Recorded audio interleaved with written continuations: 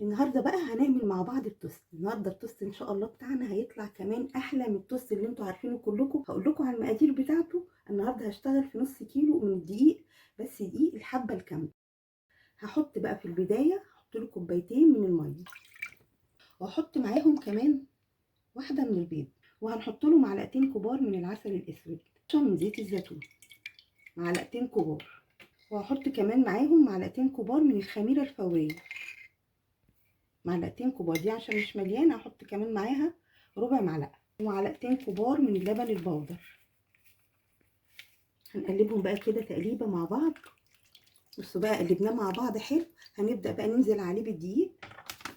هنحط 500 جرام من الدقيق، دقيق الحبه الكامله. نحط رشه من الملح، وهنحط كمان معاهم معلقه من البيكنج باودر، عشان برضو البيكنج باودر من الحاجات اللي بترفع العجين. وهنبدا بقى ايه نعجن في العجينه بتاعه التوست بتاعتنا. وبعدين بعد ما نعجنها المفروض بنلفها شويه مع بعضها حلو. هنعجنها حلو كده مع بعضها لغايه بس ما العجينه بتاعتنا تخرج من البوله. بصوا عجينه طريه ازاي اهي، تتشكل معانا، بتبقى العجينه مش مكتومه، علشان التوست لما يعني يخمر ويستوي ما تبقاش التوست بتاعنا مكتوم، تبقى عجينه طريه. هحط لها بقى في الاخر قطعتين من الزبده.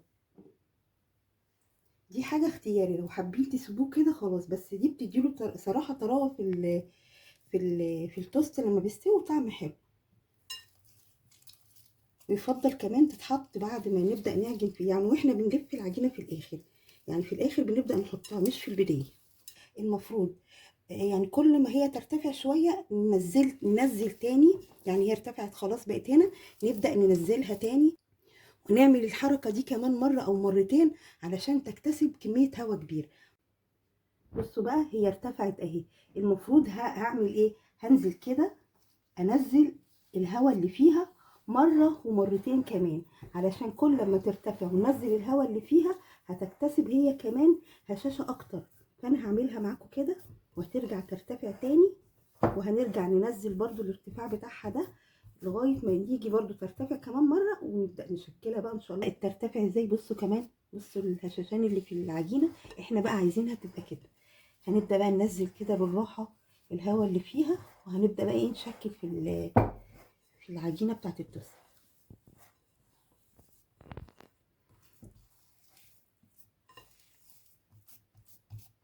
يا ريت بقى ايه نبل ايدينا، يعني نقطه من زيت الزيتون، الزيت العادي، علشان برضو العجينه هشه جدا، فبصوا ما تلزقش في ايدينا.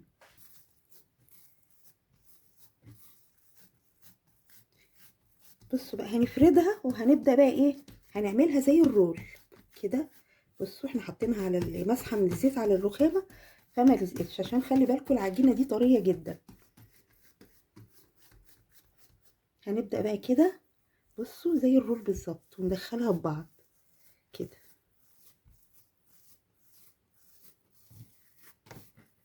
كده، وبعدين نقفل بقى ايه دي كده، والجزء ده هيبقى هو اللي من تحت كده. وده بقى القالب بتاع التوست. لو ما فيش اي قالب عندنا، دهنته دهنه من السمن او الزبده، ورشه من الدقيق برضو بتاع الحبه الكامله. هنجيب بقى العجينه وهنبدا بقى ايه ننيمها هنا كده.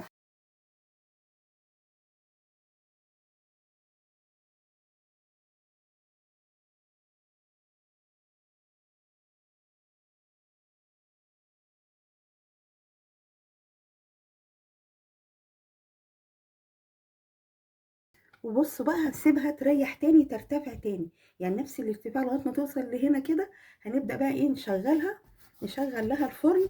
الفرن درجه الحراره بتبقى على اعلى درجه حراره. ممكن كمان لو الفرن اللي عندنا ما بقاش فيها مروحه، ممكن نعمل فيها ايه حله من الميه السخنه المغليه تبقى مطلعه بخار، نحطها في الارضيه بتاعه الفرن واحنا حاطين التوست، عشان يطلع التوست بتاعنا هش جدا.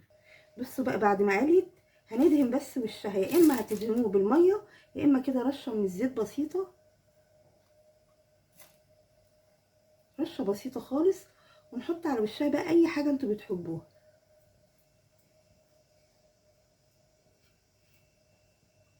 ممكن بقى رشه من السمسم كده.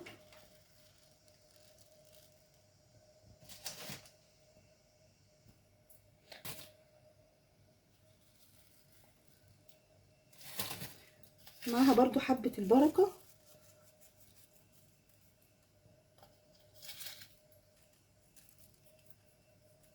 عايزين بقى تحطوا عليها بذور الكتان، عايزين تحطوا عليها اي حاجة انتوا بتحبوها ممكن تحطوها برضو. نحطها في الفرن بقى، درجة حرارة الفرن هتبقى على اعلى درجة. بصوا بقى خرجتها من الفرن قدامكم، بصوا الارتفاع بتاعها، بصوا بصوا قد ايه كده فلافلي وحلوة ازاي. بصوا اهي. هنقلبها بقى. طبعا انتوا عارفين ان هي لازم تبرد كويس عشان نعرف نقطعها. هتبرد حلو وهنبدأ ان شاء الله نقطعها. بصوا بصوا قد ايه حلوة. لازم تبرد كويس. المفروض بنغطيها بفوطة علشان البخار يطلع منها وما تتكتمش. يلا بقى نقطع مع بعض التوست الجميل بتاعنا اللي عملناه مع بعض النهارده. ويا ريت تكون السكينة مشرشرة زي دي كده. هنسمي الله ونقول بسم الله.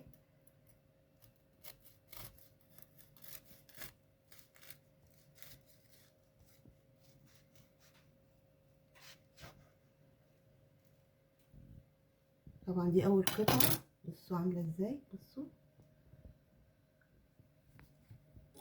شوف بقى قطعة كمان من جوه كده. دي بتبقى القطعة الخارجية، ونحاول نرقق على قد ما نقدر.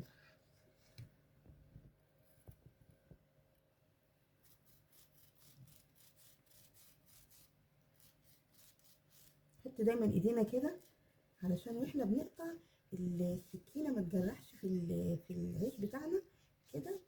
نسمي الله كده ونقطعها مع بعض. بصوا بصوا بصوا عاملة ازاي. بصوا حلوة جدا اهي. شايفين بقى التوست بتاعنا؟ جربوه ان شاء الله، حلو جدا. عملنا النهارده التوست بدقيق الحبه الكامله، باذن الله يطلع معاكم كمان انجح من اللي انا عملته. ان شاء الله يعجبكم باذن الله، واشوفكم على خير. السلام عليكم ورحمه الله وبركاته.